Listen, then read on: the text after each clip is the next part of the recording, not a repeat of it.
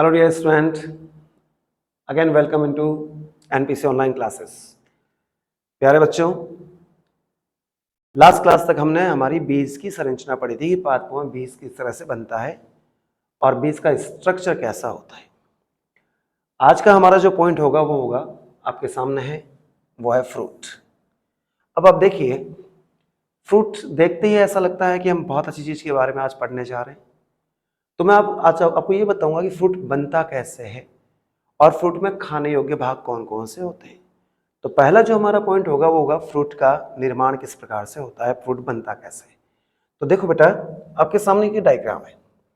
ये डायग्राम किसी भी पुष्प का मादा जन्नांग है, जिसे आपने बहुत पहले डिस्कशन कर चुके हैं कि इस पूरी संरचना को हम नाम देते हैं, क्या नाम देते हैं, अंडप या स्त्री कैसर। इस अंडप में आप देखिए, इसके तीन भाग मैं आपको बता चुका हूं पहले।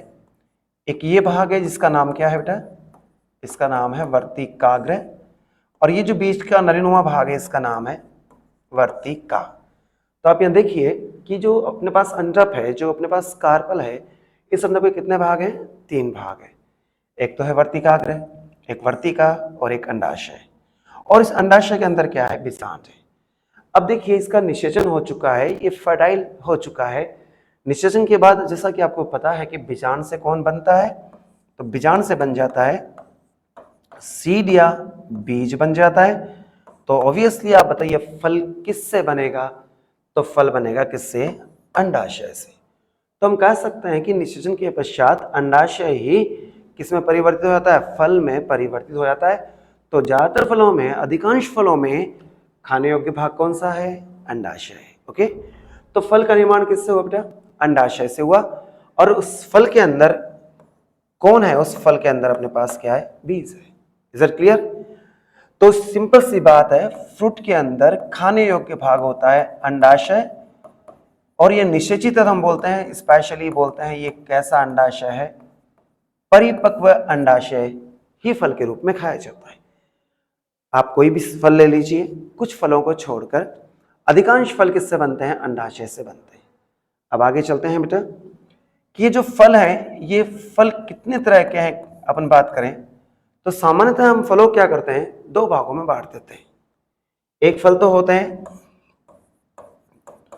कौन से फल हैं, सत्य फल, या इनको बोलते हैं ट्रू फ्रूट्स। और दूसरे फल जो है बेटा वो है कौन से, इन्हें बोलते हैं आभासी फल, या इन्हें बोलते हैं मिथ्या फल। तो अब देखिए यहाँ फल कितने प्रकार के हो गए, फल दो प्रकार के हो गए। एक फल तो कौन सा है, सत्य फल है, और एक फल कौन सा है, आभासी फल है। आपसे पूछे कि सत्य फल या ट्रू फ्रूट्स जो है वो बनता किससे है, तो 100% ही किससे बनता है, अंडाशय से ही बनता है। तो सत्य फलों का निर्माण कौन से भाग से होता है, अंडाशय से होता है, और उनमें खाने योग्य भाग भी कौन है बेटा, अंडाशय ही है। ओके, अब आगे चलते हैं। देखिए मैंने सेकंड जो पॉइंट लिखा है उसका नाम क्या है, आभासी फल, राइट। अब आभासी फल कम से कम ये तो कंफर्म है कि अंडाशय से तो नहीं बनेगा। अब हमारे पास और क्या चॉइस है, जो पुष्प के और कौन कौन से भाग होते हैं। तो पुष्प में आपने देखा होगा, एक तो मैंने आपको बताया था ये बाह्य दल है, इसके बाद ये मान लेते हैं दल है, और ये मान लेते हैं पुंकेसर है। पुंकेसर तो वैसे भी नरजन्नांग है, उससे कभी फल बन नहीं सकता। बाह्य दल और दल कभी फल का निर्माण कर नहीं सकते, और मैं कह रहा हूं अंडाशय से बनना नहीं चाहिए। तो न तो ये अंडाशय से बनेगा, न ये पुंकेसर से बनेगा, न दल से बनेगा, और न ही बाह्य दल से बनेगा। तो हमारे पास अब एक ही चीज बचती है, उसका नाम है पुष्पासन। तो सीधी सी बात है, आभासी फल या मिथ्या फल किससे बनते हैं, ये बनते हैं पुष्पासन से बनते हैं। इसका मतलब इनमें खाने योग्य भाग क्या है, पुष्पासन है। तो आभासी फल की परिभाषा जो हो जाती है वो ये हो जाती है डियर स्टूडेंट, कि ऐसे फल जिनका निर्माण पुष्प के अंडाशय से न होकर किसी अन्य भाग से हो, और किसी अन्य भाग में मैंने आपको बता दिया कौन है, पुष्पासन। आपसे पूछे कि भाई ऐसे कौन से फल है जो आभासी फल है, तो आभासी फल में एक तो आपने नाम सुना होगा सेव, बड़ा प्यारा सा रेट सा होता है पता आपको, आजकल बहुत कॉस्टली भी है। सेव के साथ साथ हम बात करें, सेकेंड एग्जाम्पल है उसका, वो कौन है, नाशपाती है, पियर है, एप्पल है।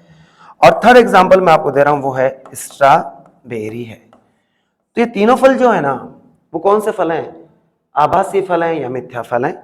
और सेव और नाशपाती में जो हम खाते हैं वो क्या खाते हैं, पुष्पासन खाते हैं। ये पुष्पासन क्या होता है बेटा, फूल कर इसको पूरे कवर कर लेता है, जैसे मैं बताने जा रहा हूं आपको। देखिए जैसे अपने पास ये कौन था, अंडाशय था। अब ये पुष्पासन इसको पूरी तरह से क्या कर लेता है, ऐसे कवर कर लेता है, पूरी तरफ से इसको घेर लेता है, ये इस तरह से उसको कवर कर लेता है। तो कवर करने से ये पुष्पासन मांसल भाग हो गया और इसको हम खाते हैं। जैसे मैं बात करूं सेव के बारे में, अभी देखिए सेव जो आपने देखा होगा वो कुछ इस तरह का होता है, ये सेव का आंतरिक भाग है। और वास्तव में ये किससे बना है, ये बना है अंडाशय से और किससे, बीजांड से बीज। अब इसके ऊपर ये फैला हुआ हिस्सा है, ये इस तरह से, और ये जो फैला हुआ हिस्सा है ये कौन है, पुष्पासन है। और ये अपने पास कौन हो गया, एप्पल। और जैसे आप जानते हो एप्पल में एडिबल पार्ट कौन सा है, ये तो हम खाते हैं, तो ये कौन सा फल हो गया जी, आभासी फल हो गया। तो फलों के प्रकार आपके समझ में आ गए होंगे। फल किससे बनता है, सिंपल सा क्वेश्चन है। निषेचन के पश्चात अंडाशय से बनता है, तो फलों में खाने योग्य भाग कौन सा है, अंडाशय है। फिर आपसे पूछे फल कितने प्रकार के हैं, तो आपने कहा फल 2 प्रकार के। एक कौन से फल है, सत्य फल है, और एक कौन से फल है, आभासी फल है। सत्य फल हमेशा किससे बनते हैं, अंडाशय से बनते हैं, और आभासी फल अंडाशय के अतिरिक्त पुष्प के किसी अन्य भाग से बनते हैं। और मैंने एग्जांपल दिया सेव, नाशपाती, स्ट्रॉबेरी, और इनमें खाने योग्य भाग कौन सा है जी, पुष्पासन है। Is it clear? अब आगे चले बेटा, जब हम लोग फलों के बारे में बात करते हैं तो मैं मेरी पसंद की बात करूं, ये एप्पल मुझे पसंद नहीं है। आपको पता है क्यों पसंद नहीं है, बहुत कॉस्टली है यार।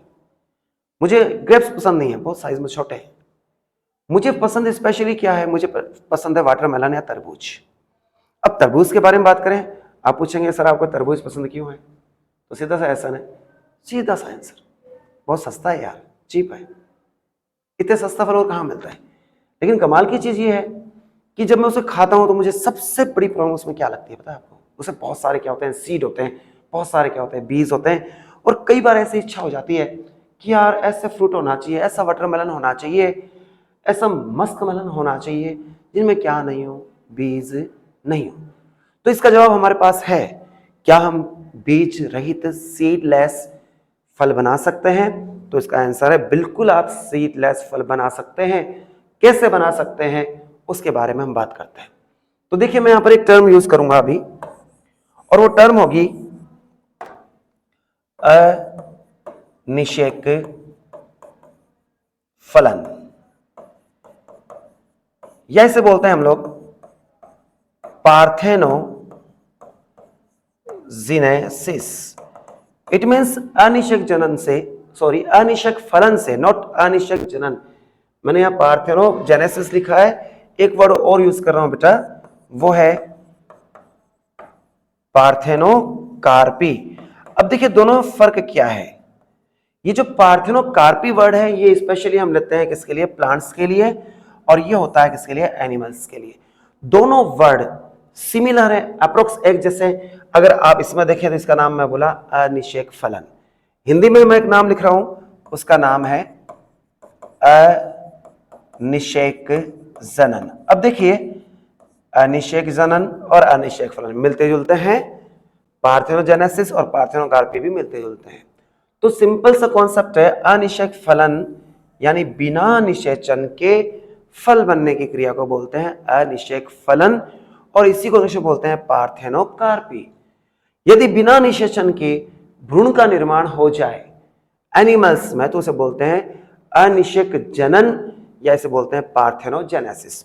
तो फिलहाल हमें यह बात किसकी करनी है, हमें बात करनी है, किसकी बात करनी है, इन दोनों की बात करनी है, जिनका नाम है अनिषेक फलन या पार्थेनोकार्पी। तो अनिषेक फलन से बिना निषेचन के अंडाशय जो होता है, ये अंडाशय जो होता है ये किस में कन्वर्ट हो जाता है, फल में कन्वर्ट हो जाता है।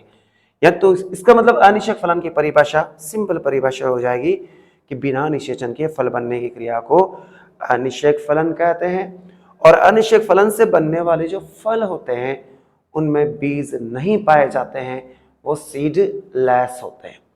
अब आपसे पूछे कि भाई ऐसे कौन से फल हैं जो सीडलेस है, तो देखो आपके सामने अच्छे सा एग्जाम्पल है, एक तो बनाना यानी केला, और केले के अलावा एक हम अच्छा एग्जाम्पल अभी वर्तमान समय में ले सकते हैं, पपाया या पपीता। ये दोनों जो हैं ये किससे बनाए जाते हैं? अनिश्चयक फलन से बनाते हैं। और अनिश्चयक फलन से बनने वाले बीजों में क्या, फलों में क्या नहीं होते बेटा? बीज नहीं होते। अब आपसे पूछे कैसे, क्या ये अंडाशय बिना निषेचन के फल में बदल सकता है? तो कैसे बदलेगा? ये कैसे बदलेगा इसका सीधा सा आपको मैं बताऊंगा कि अपने पास आपने नाम सुना होगा पादप वृद्धि नियामक, यानी कुछ पादप हार्मोन्स होते हैं और उन हार्मोन में एक हार्मोन का ग्रुप का नाम जरूर सुना होगा आपने, उसका नाम होता है, क्या नाम होता है बेटा? ऑक्सीन। और ऑक्सीन में स्पेशली एक नाम सुना होगा जिसका नाम है NAA। NAA it means naphthalene acetic acid. अब सिंपल सा कॉन्सेप्ट यह है कि यदि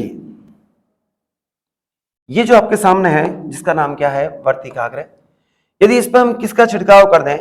ऑक्सीन का छिड़काव कर दें, यानी स्पेशली NAA का क्या कर दें? स्प्रे कर दें, तो ये जो है ऑक्सीन जो है बिना निषेचन के अंडाशय से फल बना लेता है।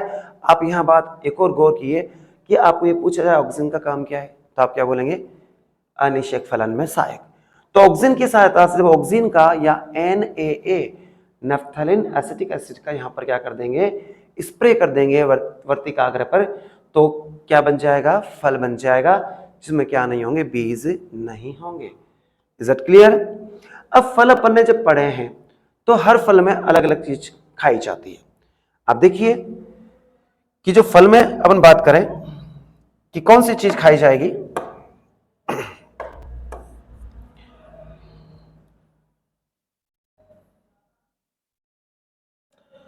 अब यहां देखिए बेटा, मैं एक और चीज आपको बताने चाह रहा हूं, वो ये है कि मैंने बोला फल, तो फल के दो भाग होते हैं बेटा। एक भाग तो होता है उसकी फल भित्ति, जिसे हम बोलते हैं पेरिकार्प। ओके। और सेकंड जो होता है वो होता है उसमें बीज।